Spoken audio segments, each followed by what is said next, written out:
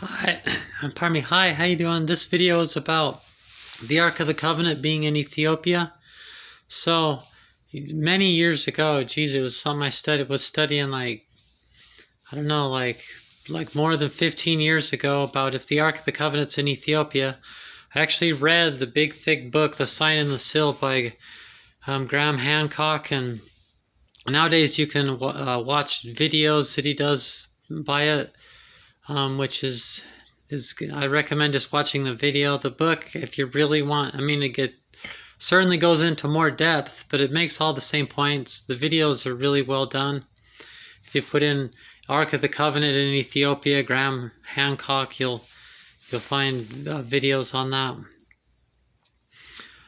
Basically, he listens to everybody's story who claims that they have the Ark of the Covenant, and ends up believing that it's in Ethiopia, but doesn't see it because the Ethiopian priests are keeping the Ark of the Covenant, and just it matches the story, and he can trace it that it went in an archaeology way. Can trace that it went into Ethiopia, and it's the only believable story. But this video is about the rest of the story. So the truth is like the other attempts, like I think there's like the Jewish religion says that that they think the Ark of the Covenant is in some hidden cavern in Jerusalem, and I think like the Mormons believe it's in some cave by Provo, and like there's all these strange beliefs that the Ark of the Covenant is hidden, like Raiders of the Lost Ark is hidden in some warehouse. None of those things.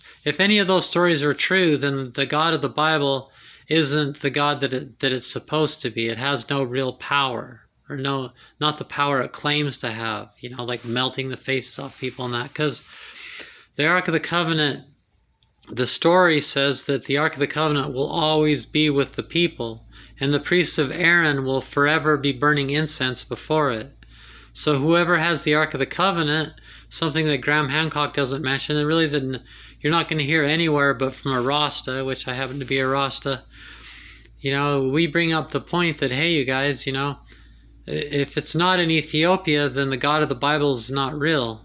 The only way the God of the Bible can save face is if it's in Ethiopia, because the priests taking care of the Ark of the Covenant in Ethiopia are priests of Aaron. They have the direct blood lineage. So in the Bible, like you have some churches that say, we're the priesthood, the laying on of hands of Aaron and Melchizedek, but that's not how it worked. The Aaron and Levi, the priests of Levi and the priests of Aaron, were from the tribe of Levi. Aaron was from the tribe of Levi, and it was a blood thing. To be a priest, you had to be from blood from the tribe of Levi, and the priests of the Ethiopian Orthodox Church that take care of the Ark of the Covenant today in the Church of St. Mary of Zion in Aksum, Ethiopia, have the priesthood of Aaron, and they have ever since. When the Ark of the Covenant left Solomon, the Keber Nagast, a book that used to be in the Europeans' Bible, but the Catholic Church took it out. The Keber Nagast, which means the glory of kings, talks about how the first king of Ethiopia, who was the son of Solomon and the queen of Sheba, named Menelik, how Menelik, or Banya Lakum, became the first king of Ethiopia because Solomon gave that land to him. And also that the angels carried the Ark of the Covenant to Ethiopia and brought the priests of Aaron with them.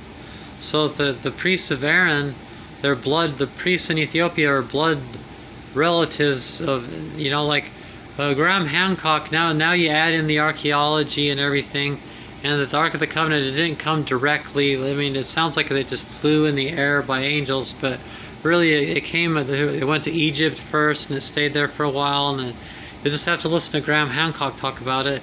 It took a while, and there was many steps, but it came to Ethiopia, and anyway, so it's being taken care of. So it's being taken care of by the priests. So That way God can save face, because God says the priests of Aaron will always be burning incense before the Ark of the Covenant and taking care of it. And so they have been all this time, 3,000 years. It wasn't in the Bible story after that. It's been in Ethiopia. And Ethiopia goes from Judaism to Christianity with a handful of people. But to follow the context of the story of the Bible, you can just look at especially the Ethiopian eunuch who went to Jerusalem and was converted Christian by Philip and brought Christianity back to Ethiopia. And then the royal family went from being Jews to Christians, and it's been a Christian religion ever since. The royal family and the people taking care of the Ark of the Covenant, they're Christian. But the Falasha, there are Jews in Ethiopia still till this day. And I don't think they argue over that. I think they all believe the Ark of the Covenant's in Ethiopia, but the Christians definitely do, and the Ethiopian Orthodox Church. So the other stories are futile. They're ridiculous. People can believe whatever they want, but why would you believe the Ark of the Covenant's hidden in some cave, which means that the God isn't real, therefore the Ark of the Covenant's not real anyway, and it doesn't matter in the first place, you know? So, yeah, I believe it's in Ethiopia. I'll leave a link of another white person that believes the Ark of the Covenant's in Ethiopia and goes on a pilgrimage to Ethiopia to go down there and try to, you can't see it because it's being guarded, but that's how it would be for me. If I went to Ethiopia, I would have to fast and pray and prepare. It would be a religious pilgrimage. But it's East Africa. They kill trans women. I don't know if I would be able to go to East Africa without getting killed, which is sad. I spent my whole life studying it, and I know all this about it, and I argue their points and believe the same things. I should be able to go in peace to the country of my religion, but I'm not so sure that would be safe. I don't really know. But I do know the Ark of the Covenant's in Ethiopia,